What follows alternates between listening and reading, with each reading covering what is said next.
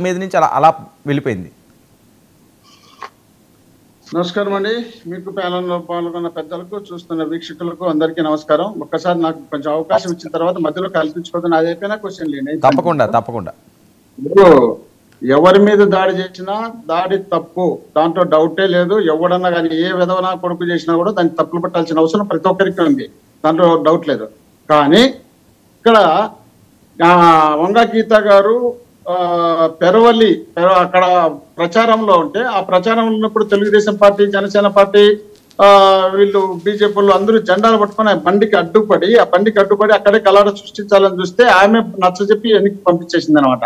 ఆ తర్వాత జరిగిన దాంట్లో అక్కడ మామూలుగా సాయి ధర్మ తేజ్ మీద దాడి చేయాలని, కొట్టియాలని, రాజకీయంగా చేయాలనే ఉద్దేశం వైఎస్ఆర్ కాంగ్రెస్ పార్టీలో ఏ ఒక్క లీడర్ కు ఉండదు. ఏ విధంగా కూడా చేయడు ఆ పని.